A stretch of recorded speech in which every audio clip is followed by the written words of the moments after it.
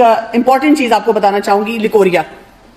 یہ بہت لڑکیوں کا مسئلہ ہوتا ہے اور اس کی وجہ سے ان کو راتوں کو نیند نہیں آ رہی ہوتی اور وہ اتنی پریشان ہوتی ہیں اور ان کو یہ نہیں سمجھ آ رہی ہوتی کہ مجھے کرنا کیا ہے اس میں. اور اس کو آپ نے سمجھنا ہے، ٹھیک ہے. یہ ایک وائٹ یا یلو نیچر کا ڈسچارج ہوتا ہے. کچھ کو تھوڑا ہوتا ہے، کچھ کو بہت زیادہ ہوتا ہے. جن کو زیادہ ہوتا ہے وہ زیادہ تر پریشان رہتی ہیں اور ان کو اتنی شرمندگی سی ہو رہی ہوتی ہے کہ میں بات کس سے کروں. تو لیکوریا جو ہے وہ کیا ہے؟ لیکوریا دیکھیں، جتنی ہماری اوپننگز ہیں نا، مثلا منہ ہے، مثلا ہمارا پرائیویٹ پارٹ ہے، آنکھیں ہیں، ناک ہے، یہ ہماری اوپننگز ہیں. تو اللہ تعالیٰ نے یہ جو اوپننگز ہیں نا، ان کو موائسٹ رکھا ہے، تر رکھا ہے.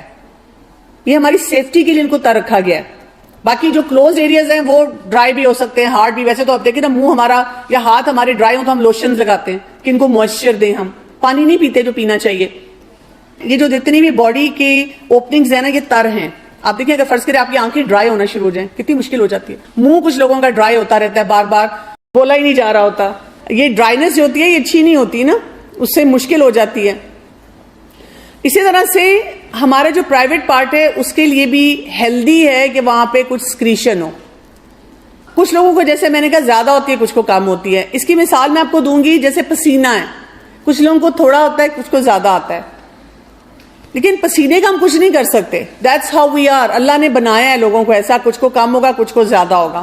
اب جس کو زیادہ پسینہ آتا ہے وہ کیا کرتے ہیں؟ کیا کرتے ہیں؟ وہ اپنی طہارت زیادہ کرتے ہیں.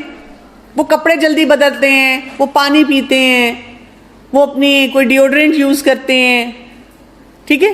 اور جن کو کم آتا ہے ان کو زیادہ کچھ نہیں کرنا پڑتا. تو سملرلی آپ کو یہ یاد رکھنا ہے کہ اگر آپ کو لیکوریا ہے، you are absolutely normal. Absolutely normal.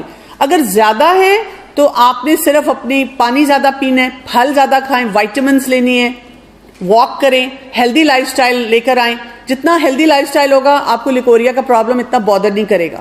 زیادہ تر ان لوگوں کو کرتا ہے جو ہیلدی نہیں ہوتے ہیں، یعنی وہ پھل نہیں کھا رہے، سبزی نہیں کھا رہے، پانی نہیں پی رہے، وقت پہ سو نہیں رہے، فزیکلی ایکٹیو نہیں ہیں. آپ یہ کام کرنا شروع کر دیں. ساتھ یہ کہ سینیٹری پیڈ یوز کر لیں اگر آپ کو لگتا ہے کہ زیادہ ڈسچارج ہوتا ہے. اس کے علاوہ یہ کہ آپ طہارت کا اوور آل سارا خیال رکھیں، کلینلینس کا، تو ٹھیک ہو جاتا ہے.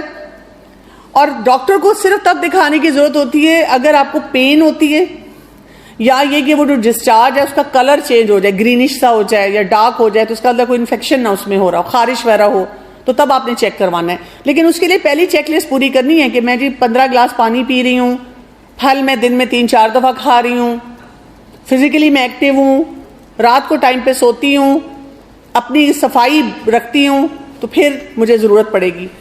اس میں کوئی غسل کی ضرورت نہیں ہوتی اسلامک پرسپیکٹو سے.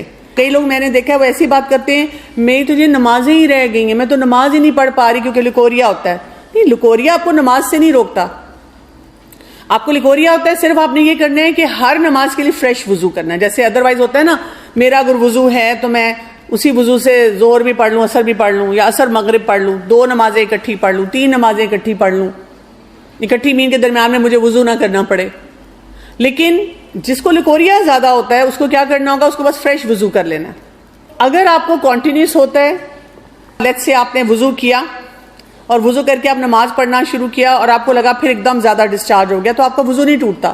یہ نہیں کہ آپ پھر وضو کرنے جائیں، پھر اپنے آپ کو صاف کریں.